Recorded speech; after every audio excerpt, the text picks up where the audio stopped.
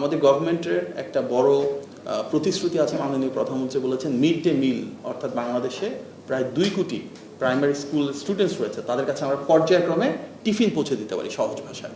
কিন্তু বর্তমানে একটা বড় সমস্যা হচ্ছে এই মিড ডে মিলগুলো যেগুলো যাচ্ছে এগুলো অনেকটাই পেরিশেবল, নষ্ট হয়ে যাচ্ছে, কখনো বাটার বন যাচ্ছে, কখনো কলা যাচ্ছে।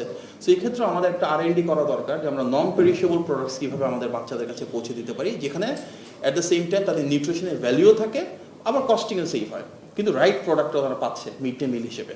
এগুলো নিয়ে একদম directly practically relevant existing problem, কিন্তু আমরা সলিউশনে খুব যে বেশি কাজ হয়েছে গত 16-18 বছর সেরকম না।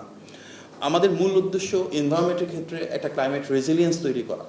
আমরা চাই আমাদের ওয়েস্ট বেসড এনার্জিটাকে কীভাবে প্রমোট করতে পারি, সেক্ষেত্রে আমাদের অপশনসগুলো কী, সেগুলো নিয়ে কাজ করার সুযোগ রয়েছে। যেহেতু আমি শ্রম এবং কর্মসংস্থান মন্ত্রণালয়ের সাথে রয়েছে, আমাদের দেশে এবং বিদেশে প্রচুর কর্মসংস্থান তৈরি করতে হবে, যেখানে আমাদের দক্ষ জনশক্তিকে আমরা কাজে লাগাতে পারি।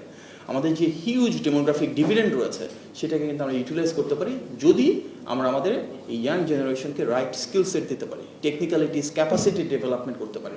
তো সেই ক্ষেত্রে আমরা আমাদের ইন্ডাস্ট্রি একাডেমিক কোলাবোরেশন কীভাবে বাড়াবো, আমরা তাদেরকে কীভাবে কারিকুলাম আপগ্রেড করবার মাধ্যমে যে রিয়েল ওয়ার্ল্ডের টুলসগুলো প্রয়োজন সেভাবে ইকুইপ করবো। আনফর্চুনেটলি আমাদের যে এডুকেশন সিস্টেম সেখানে বড় বড় ভারী ভারী ডিগ্রি নেওয়া হয়, বাট এর সাথে প্র্যাকটিক্যাল রেলেভেন্স বা ইন্ডাস্ট্রি প্রিপেয়ারনেস খুব কম। তার মানে এক্ষেত্রে আমাদের কারিকুলামে হাত দেওয়ার প্রয়োজন রয়েছে।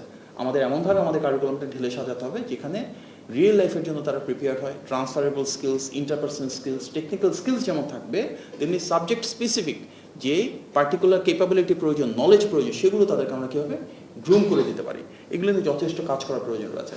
আপনার এখানে যারা রয়েছেন একটা বড় অংশই বিদেশ থেকে পড়াশোনা করে দেশে ফেরত এসেছেন, আমি সহ, বাট আমাদের দেশে কিন্তু ব্রেইন ড্রেন হয়ে চলে যাচ্ছে একটা বড় অংশ। উই অল নো এই ব্রেইন ড্রেনটাকে কীভাবে আমরা ব্রেইন সার্কুলেশনে পরিণত করতে পারি, যেখানে আমাদের যারা ফাইনেস্ট ট্যালেন্ট রয়েছে বিশ্বের বিভিন্ন দেশে ওনারা একাডেমিক হিসেবে কাজ করতে পারেন, কিংবা দেখা যায় প্র্যাকটিশনার হিসেবে কাজ করছেন, ইন্ডাস্ট্রিতে কাজ করছেন, ওনাদের যে ট্যালেন্টটুকু আছে এটাকে আমরা বাংলাদেশে ইন্টিগ্রেট করতে পারি।